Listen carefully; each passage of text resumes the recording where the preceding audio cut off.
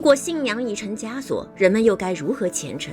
如果规矩已成罪孽，人们又该怎样守序？一座城市，一次节日，三方势力各怀鬼胎，人人都在说着自以为是的真相，人人都在演着自作聪明的戏剧，假面的背后是无尽的狂欢。100年之前，一场席卷全球的民事危机让许多人流离失所，不得不逃往海上。而这群在大海上漂泊的流亡者，某天发现了一处冲天而起的光柱。追寻光的本能让来自不同国家、不同文明的流亡者渐渐靠拢，最终聚集在了光柱之下。而发出这束大海信标的就是岁主，他有着马的头、鹰的翅膀和鲸的尾巴。他以一己之力击退了所有的残像，他以无边神迹让残像成为友好的象征。他是纵横天空的霸主，他是无往不胜的统帅，他是英白拉多。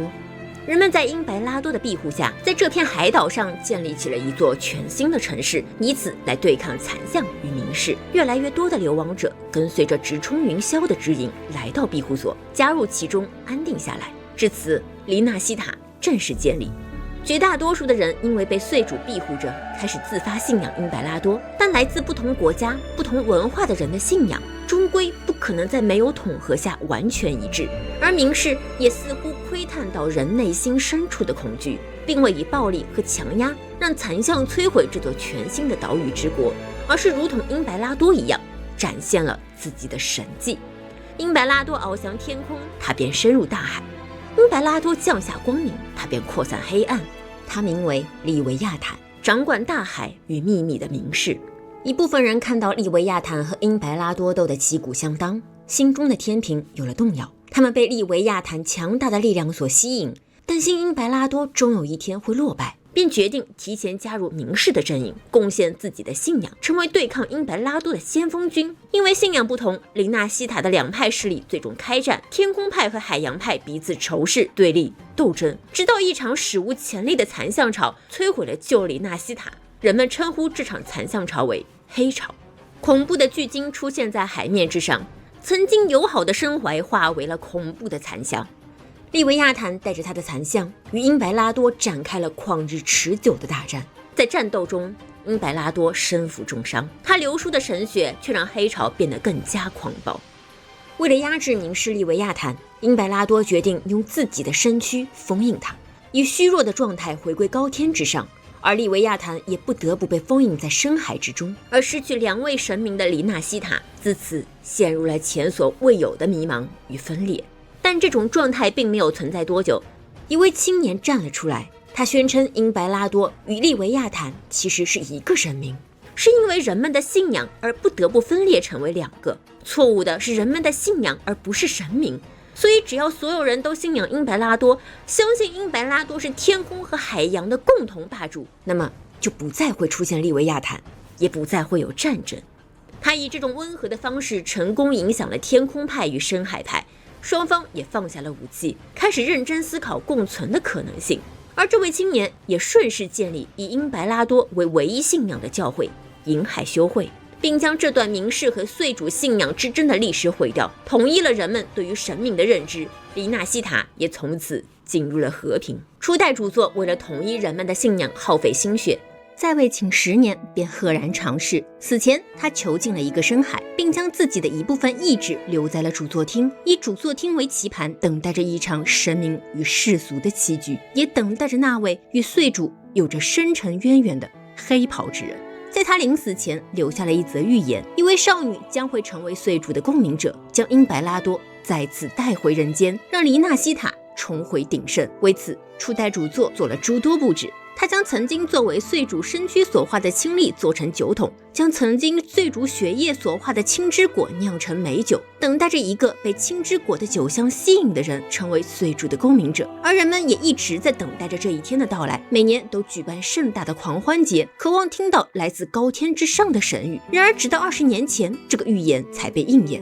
卡提西亚，一位生活在扶风水畔的少女，因为偷喝了青之果所酿的美酒而醉倒，在体内融入了英白拉多的频率，成为了银海修会的圣女，岁主的共鸣者弗路德利斯。就这样过去了10年，在圣女的带领下，银海修会在这片岛屿上成为了唯一的声音。可好景不长，在一如往日盛大的狂欢节上，未知的因素再一次引来了如同传说中黑潮一般的残像潮。而为了阻止残像潮的蔓延，弗卢德利斯最终决定与岁主进行2次共鸣，但结果却让所有人都闭口不言。整个拉古纳都被暗流封锁了起来，没有人能出去，也没有人能进来。狂欢节后，银海修会宣称圣女已蒙受神明召见，回归高天之上。狂欢节已经迎来了岁主的不满，因此降下惩罚，从此狂欢节停办。而对外的港口城市拉古纳也就此海禁，就连观测民事动向的跨国组织黑海岸都无法登上拉古纳收集数据。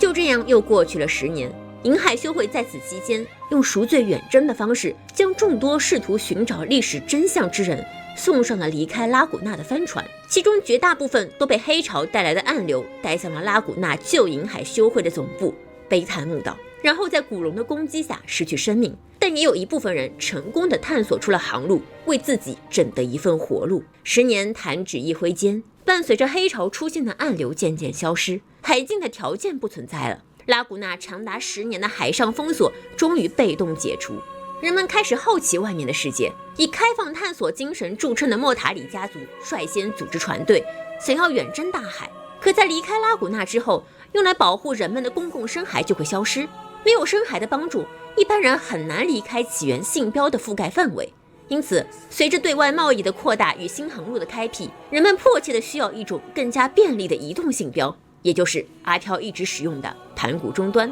作为开拓的引领者，莫塔里家族自然也是发现了这条商机。为了让开拓进行下去，也为了不错过赚钱的机会，莫塔里家族依靠着曾经封存在金库中的个人终端技术，成功制造出了第一批个人终端。但教会却以个人终端会造成分裂为由，禁止个人终端的发行。就此，莫塔里家族与教会之间的矛盾出现。为了突破教会的封锁，莫塔里家族找了各种办法，最终他们想到了一个绝妙的主意：重启狂欢节。因为这就是拉古纳人的需求，10年的时间足够人们淡忘曾经的伤痛，因噎废食不可取。在汹涌的民意之下，教会只得点头同意。但修会也并没有就此投子认输。早在狂欢节停办的当初，他们就与斐塞列家族暗中合作，以一场代理人战争的方式，将当时处于商业顶峰中的莫塔里家族摧毁。整个家族在那场雨夜中死伤过半。而在幸存下来的人中，也有一部分人对位于世俗之外，却已经控制着世俗之中一切的修会感到无比的恐惧。于是他们背叛了莫塔里的荣耀，以一种摇尾乞食的姿态，企图获得修会的认可。而现在，修会需要他们证明自己的忠诚。对外，修会背地里和斐塞列家族以及残星会暗中合作，试图破坏狂欢节的举办；而对内，修会也示意莫塔里家族的背叛者们对莫塔里的个人深海动手脚，借此从内部瓦解莫塔里家族的生意。就算瓦解失败，修会也可以依托莫塔里家族内依然跻身高层的投降派，直接将个人终端的核心技术窃取至修会，垄断个人终端在拉古纳的发售权利，实现一波真正的腾笼换鸟。可以说，无论是内还是外，成功亦或失败，对于莫塔里而言，等待他们的只有惨败离场这一个结局。无论如何，杀局已定。修会似乎已经微笑着看着莫塔里家族，在等待着那将军的时刻。可就在这时，一名对于狂欢节的举办至关重要的人进入了拉古纳。没错，这个人正是我们的阿飘。为了搞明白阿布身上发生的事情，在泰提斯和曾经的阿飘自己的留言的指引下，现在的阿飘需要去黎纳西塔见岁主英白拉多。漂泊者坐船到达了拉古纳，但这一路却不平安，因为遇到了一头突然发疯的巨鲸深海。好在路过的渔人剧团帮助了阿飘，最终平安到达了拉古纳。然而还没喘口气休息一会儿，就被莫塔里家族的私人深海攻击了。但刀灵深海并没有真的伤害阿飘，反而引起了阿飘的共感能力。在共感中，漂泊者见到了一组组神秘的画面，有天空和海洋2个神明，有共鸣者少女，也有灾难。为了弄明白刀灵为何攻击自己，漂泊者决定在教会销毁刀灵前找到他，搞清楚原因，却未曾想到发现了残星会的痕迹。一路顺着线索，漂泊者发现这背后可能有拉古纳另一大家族斐萨列家族的阴谋，教会也在暗中包庇斐萨列家族，阻挠狂欢节的举办。对于阿飘来说，拉古纳这些家族和修会搞七搞八他管不着，但阻挠狂欢节的举办，就是阻挠他见英白拉多，就是不想让阿布好，就是妨碍阿飘拯救世界。这可不行。于是阿飘决定不能放任斐萨列家族行事，然而没想到却阴差阳错发现斐萨列家族和残星会有关，他们在利用残星会的技术进行将深海转化成残像的实验，还牵扯出一个新的神明，秘密与大海之神利维亚坦。而为了解决掉阿飘，斐萨列家族的人将阿飘引导去见失控的云海之主。但显然被封锁了10年的拉古纳人还不知道我们阿飘到底多厉害。区区银海之主对阿飘来说不过就是个小卡拉咪，顺手就给他解除了控制，并从他口中得知岁主英白拉多的事情。阿飘合计了一下，确认这事儿他一个人办不成，便决定来到了莫塔里家族的总部艾弗拉德金库，和莫塔里家族的2小姐克莱塔合作，以促成狂欢节的成功。而成功的第一步就是抓内鬼。在潜入调查之后，阿飘和克莱塔揪出了家族中的内鬼，并决定和修会好好谈谈，却没想银海修会的人突然来到2人面前，以克莱塔的叔父作为要挟，要求他背叛漂泊者。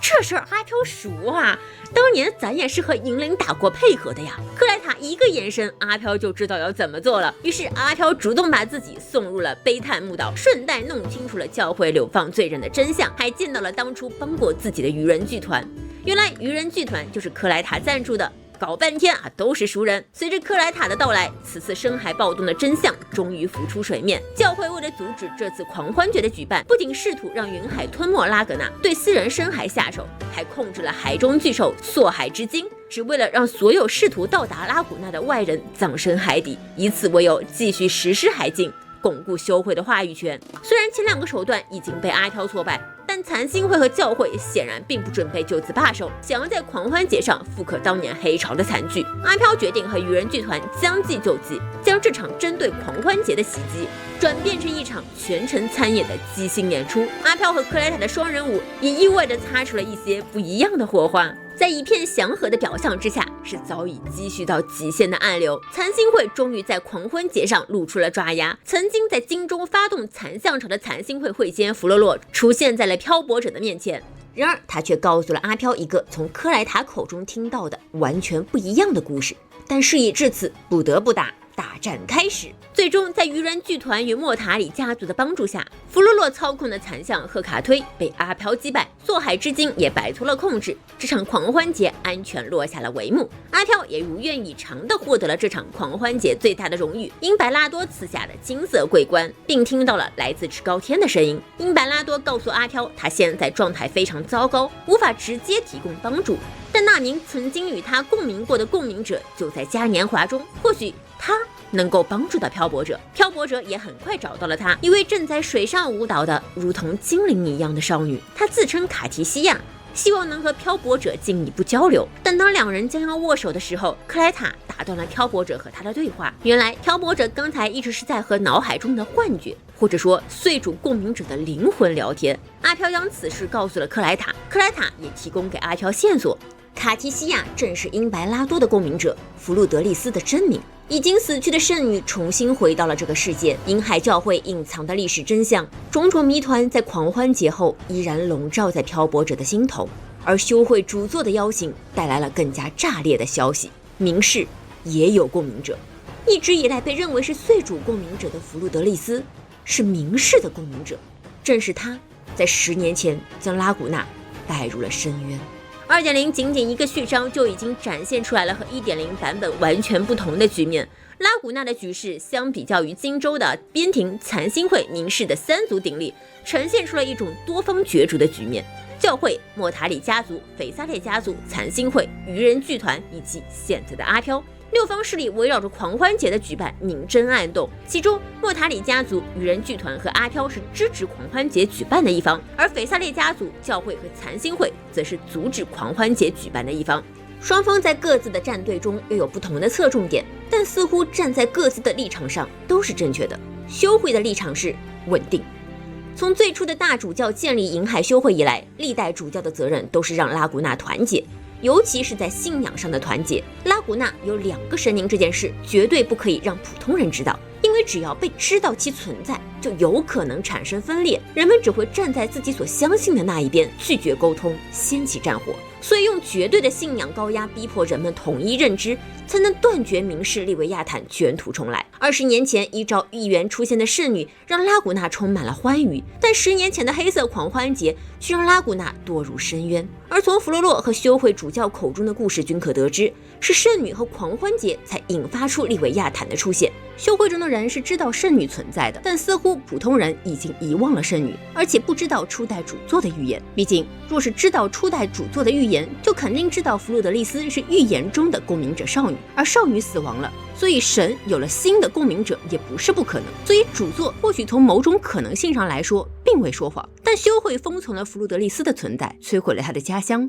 仅仅10年时间却让整个拉古纳都忘记了他，这绝对不是修会的普通人能做到的，一定有共鸣能力的影响。而修会就是用这种共鸣能力强行稳定下来了黑潮之后差点又分裂的拉古纳，并且强行创造了现在的英白拉多雕像，迫使所有人都统一信仰。而从狂欢节可以沟通英白拉多这点来看，这个仪式是一种群体意志引发的共感现象，是足够多的声音建立起来了通道，让神得以将声音传递下来。所以禁止狂欢节也就是禁止建立起来这个通道，从源头断绝利维亚坦复起的可能性，让拉古纳在尽可能长的时间内保持稳定和繁荣，而不会为了一时的自由导致大量普通人的死亡。但随着深入探索整个拉古纳地区后，我们能发现关于英白拉多的一些问题。在修会处可以看到的英白拉多雕像是有角、马头、有翼、鱼尾的状态，但在白月岛处，我们可以看到英白拉多的雕像是马头、有翼、鱼尾的样子。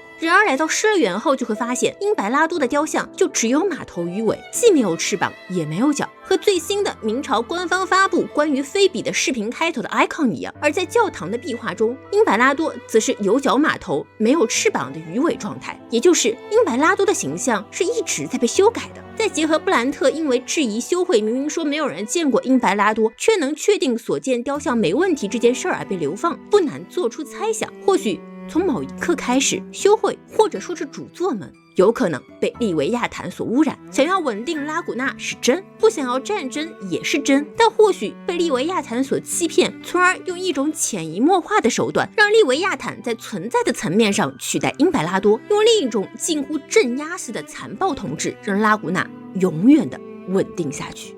莫塔里家族的立场是开放。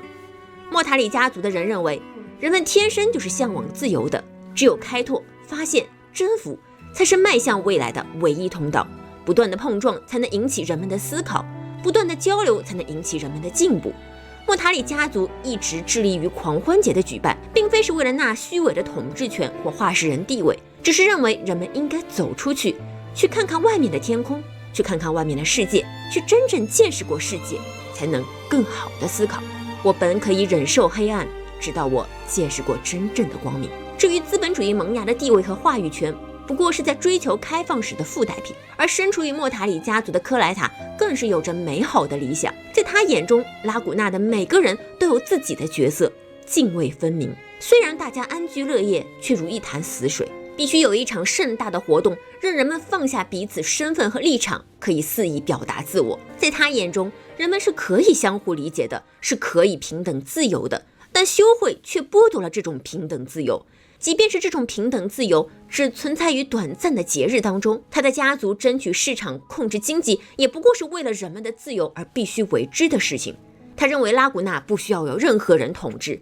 也不需要有任何统一的思想，他是绝对自由的，所以才会在暗中资助愚人剧团，从明面上对抗修会的压迫。可是我们通过克莱塔的半星任务可以得知，克莱塔的叔父并非是想要分权，或者自己大权在握才背叛家族理念，而是坚信莫塔里家族走的这条开放之路行不通，会让整个家族覆灭，所以才选择和修会合作。从逻辑上判断，叔父作为准继承人，他只要坚定地按照教父的指令走就可以了。克莱塔并不能成为他的对手，他也从来没有将克莱塔放在眼里，但他却宁愿出卖自己家族的荣耀，也要和斐萨列家族争夺抱修会大腿的资格。尤其是在阿飘赢了桂冠，修会的谎言即将被揭穿之后，他依旧选择这么做。或许这一切并不是克莱塔想象的那么简单，莫塔里家族开拓探索的表面之下，或许隐藏了更深的真相。斐萨列家族的立场是就事乍一听是不是觉得很不可思议？毕竟在主线里，这个家族看起来就跟反派一样。但在做完主线之后，有一个祭文任务是和斐萨列的一个负责人波提姆对话，然后来到一个被污染的终端处，而这个终端就是斐萨列的财产，也是拉古纳最早的终端。会有一个幻影招呼我们，他称呼阿飘为救世者，而这个幻影说他是受斐萨列家族和修会的委托，才利用黑潮的能量创造了这个终端，用来孵化真正的救世者。但和修会不一样，作为比修会还要古老的斐萨列家族收藏了拉古纳的起源信息，而在起源信息中可以看出斐萨列的信仰非常的虔诚，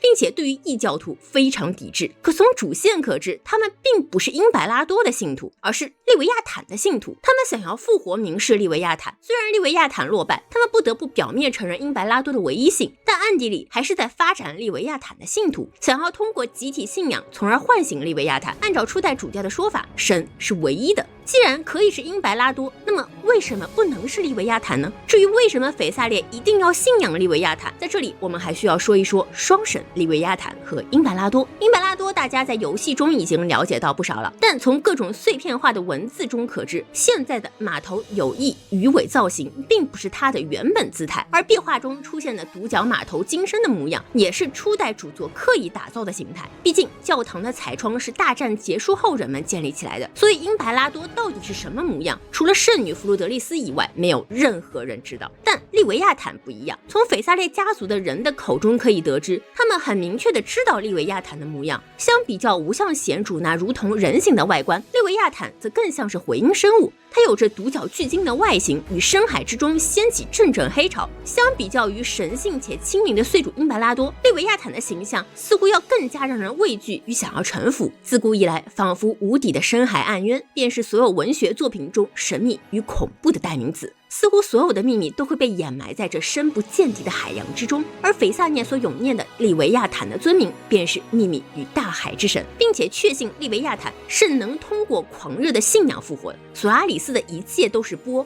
而波的性质便是叠加，即使再微小的波也会在叠加之后逐渐壮大，就如同微弱的海浪会在一点一点的协同之后化为无边的海潮。而虚弱的利维亚坦也能够通过信仰叠加的波重新获得力量，再次回归人间。但是斐萨列并没有对外传播信仰，甚至在家族中也选择将利维亚坦的尊名用代号来进行暗中传播。如果说对外不可以说利维亚坦的存在，那么为什么对家族内部的核心人员也要三缄其口，就如同哈利波特中的伏地魔一样，不让任何人说出他的名讳？毕竟祈祷不对神明本身，祈祷的效果会削弱很多。这是否也意味着他们其实并不是纯粹的想要复活利维亚坦？波除了叠加还会干涉，当这干涉足够纯粹时，是否原来的波也会被加入的波一点点影响，最后改变自己的形态？斐萨列家族是否也是在通过纯粹的信仰来改变利维亚坦的状态，让他成为真正的第二个岁主与神明，从而达到救世的目的？愚人剧团的立场是自由，他们不相信现在的教会，也不相信神会因为狂欢降下神法，他们都在尝试去挖掘曾经的真相。在他们眼中，自由才是人一生应该追求的真理，不要统一的声音，更不应该有没有人性的神。他们要求能随时随地的唱歌，能自由自在的舞蹈，能创作一切他们想创作的东西，能宣扬一切他们想宣扬的思想。修会阻止他们发声，流放他们的肉体，但不能禁锢他们的精神。所以他们要用一场盛大的节日来释放自我，而狂欢节就是他们归来的舞台。残星会的立场是求真。对于残星会来说，无论狂欢节是否举办，他们都是赢家。狂欢节不举办，莫塔里的内鬼和斐萨列家族或许就能召唤出利维亚坦，从而让他们弄明白卡提西亚到底是不是明示的共鸣者。而举办了狂欢节，因白拉多降临，或许也能逼出卡提西亚，同样也可以搞清楚卡提西亚到底是一个什么样的存在。从 1.0 开始，还在牢里关着的伤痕就很明确地告诉过阿飘，他们的目的就是人造深海，尤其是在实验把人类转变成深海。而在拉古纳，他们似乎在研究深海拥有人性这件事儿，从而想要研究明白明示。他们就像是疯狂的科学家一样，用各种手段和办法去理解残像，理解明示。目前弗洛罗已经能做到控制残像，伤痕能做到和残像融合，但残星会本身到底想要做什么还不得而知。但我们可以根据弗洛洛在最终舞台上的预言窥视一二。弗洛洛在最终 BOSS 战时的台词和表演，化用了莎士比亚的经典戏剧《麦克白》中的片段。麦克白在篡位后找到了一位巫女，得到了3条预言，其中最大的含义便是后世称之为自证预言的一个概念。剧中的麦克白得到了3条预言之后，一一去执行了针对他们的行动，而正是因为执行了针对3条预言的行动，麦克白才最终被移动而来的高山与树林围困，并被并非女人所生的男人给杀死。这一类预言的最大特点便是，越是要去验证它是否真实，自证预言便越有可能成真。了解到这一点，再回过头来看这3条预言，弗洛洛的预言讲述了一位统治者暴君的故事。便利 2.0 的剧情，我们很快就能发现，符合这一条件的人似乎只有一个，那就是似乎还尚未出现过的名士利维亚坦。作为与岁主双生的神明，利维亚坦确实称得上为暴君。第一条，为了成王要摒弃常情，抹除圣女与异教徒，指向明确了10年前的狂欢节。在那场狂欢节中，利维亚坦再一次重演了可怖的残像潮，将圣女与所有异教徒拉入了恐怖的深渊。第二条，凡此世之人无法伤你分毫，指的也正是利维亚坦那有别于无相贤主的恐怖能力，感知即污染。任何人只要知道了他的名，他的行，便有可能被转化为利维亚坦的信徒。反人之间，无人能对其造成实质性的伤害。第3条，以残暴开始的欢愉，必将以残暴结束。利维亚坦对人民施加恐怖的统治，与岁主万年征战，直至双方沉睡，意图回归拉古纳。残暴的他再一次回到这片土地，也必将要用他残暴的大海淹没拉古纳的每一寸土地。残暴的统治也将迎来更加残暴的反抗，最终拉古纳会再一次变为一片白地，无人能够幸免，凡间之人无法伤害他。岁主早已沉睡，希望也如同那飘摇在海中的灯火一般，随时将息。可恰巧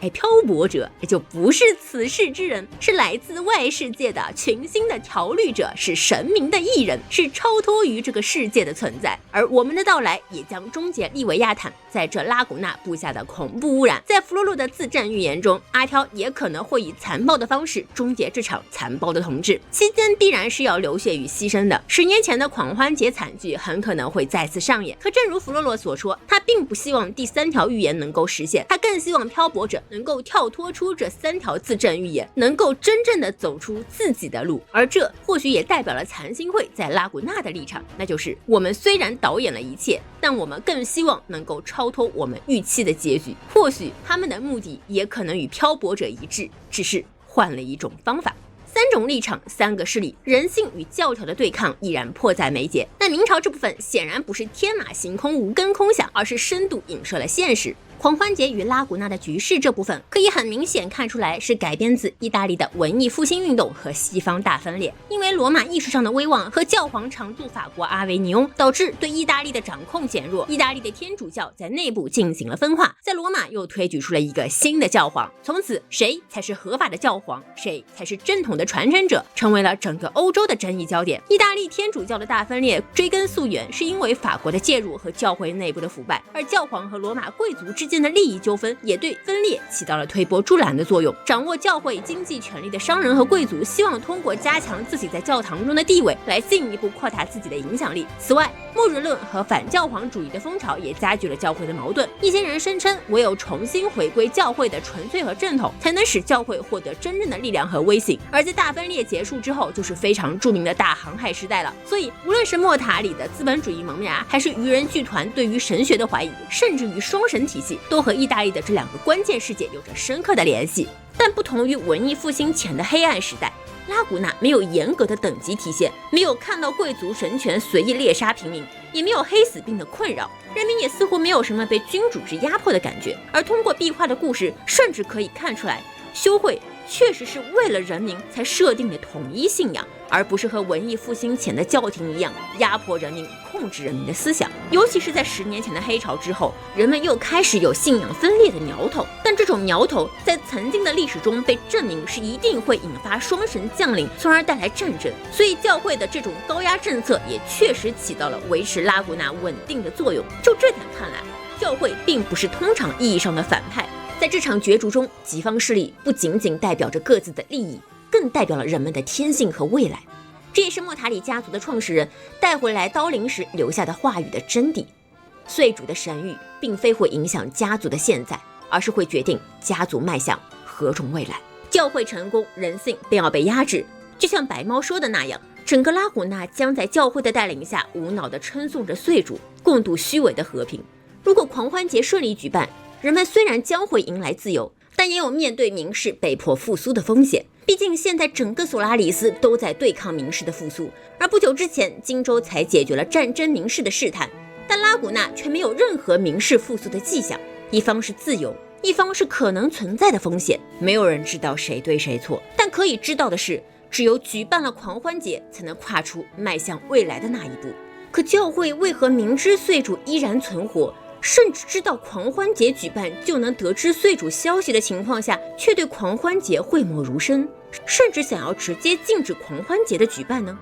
或许岁主与明氏的关系并没有我们看到的那么简单。众所周知啊，明朝虽然有修仙者、超能力、教廷，但它依然是一个大科幻游戏。无论外皮多么奇幻或者玄幻，它都有一个科幻背景作为基准。2.0 的拉古纳对于岁主的描写相比 1.0 少了不少，只提到了岁主的能力能够塑造生孩，并让他们的外形与习性变得更加符合人类审美。在主线中，我们遇到了英白拉多塑造家的回音生母罗莱雷，他提到的是岁主赋予了他人性，让他能够与人类无异。在拉古纳，越具有智慧的生孩与人类的外形越发相似，低智能的生孩却只能保持模仿人类外形的玩偶或者玩具样式，而高智能的贵族与刀灵除了不能说话，与人类无异。贝拉尔图普的描述中曾说到，越靠近共鸣频谱的共鸣者能力越强，也会越靠近生孩。那么是不是可以反过来说，生孩的贝拉尔图普越靠近人类，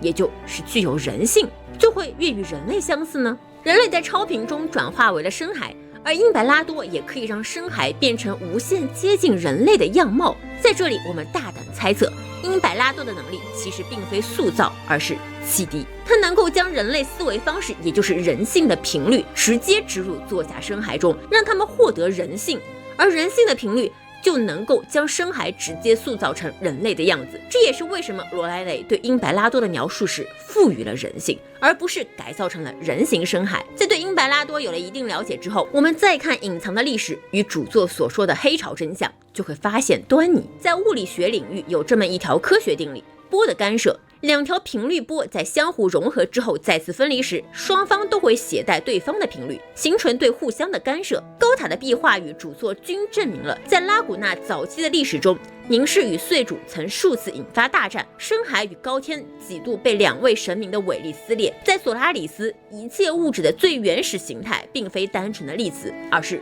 频率。明氏与岁主亦是如此。明氏为悲鸣的频率所塑造的具象化的海蚀现象聚合体，而岁主则是漂泊者从外界带到这个世界拯救世界的造物。两种频率在这数百年的征战中相互汇聚、干涉，最终相互影响。明氏在英白拉多的启迪下获得了人性，成为了人们信奉的海底之神里维亚坦，也用了自己的共鸣者建立了异教。英白拉多也在明氏的影响下沾染了悲悯的气息，两者之间的平衡原本就如同悬崖上走钢丝一般，而最后的一场大战成了禁锢英白拉多的枷锁。在这场最终之战中，利维塔与英白拉多均受重伤，身躯撕裂的英白拉多再也无法控制体内明氏的频率，伴随着神血、悲鸣与海蚀现象降临拉古纳，也就是黑潮事件。在这之后，岁主便不再现世，人们只能通过新建立的银海修会举办的狂欢节，短暂的听闻岁主天音。可反复的呼唤也带来了对岁主极大的负担。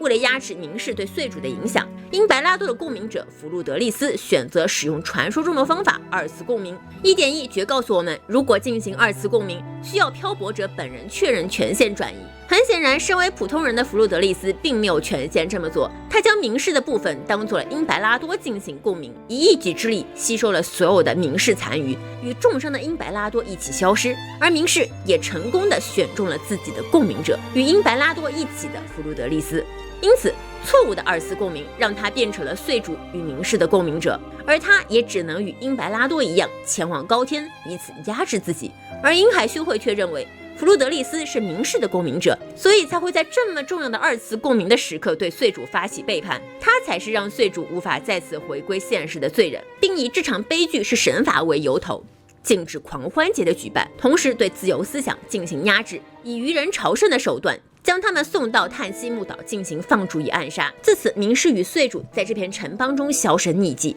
而银海修会主座也以岁主的新共鸣者的身份维持着这份虚假的和平。从最后的对话中猜测，现任主座芬莱克的前程是绝对真实的，并且似乎并没有说谎。但这件事儿有错误是必然的。那么会不会还有一种可能，就是芬莱克确实是岁主的共鸣者，但这个岁主其实是明氏，他自以为自己在和英白拉多对话，但实际上这10年来控制他降下神谕的却是利维亚坦。因为利维亚坦和英白拉多已经你中有我，我中有你，利维亚坦在实行偷天换日的大计划，所以芬莱克的话全是真的，但来源却是假的呢？并且罗蕾莱说英白拉多无法说话了，但罗蕾莱是英白拉多的造物，是被他赋予了人性的深海，是和英白拉多相连的存在。那么若是英白拉多都无法和罗蕾莱说话，在狂欢节结尾的指引之声真的是英白拉多吗？再根据此种猜测回过头去思考弗洛罗的预言，他那歌剧中的暴君或许有可能不仅仅是利维亚坦，还有可能指的是芬莱克，因为他想要称王，所以他一手策划了圣女的死亡，因为他是教会主座，所以没有凡人能伤害他，因为他是明氏的共鸣者，所以他以残暴打破欢愉，但最终会被比他更加残暴的阿飘给干掉啊！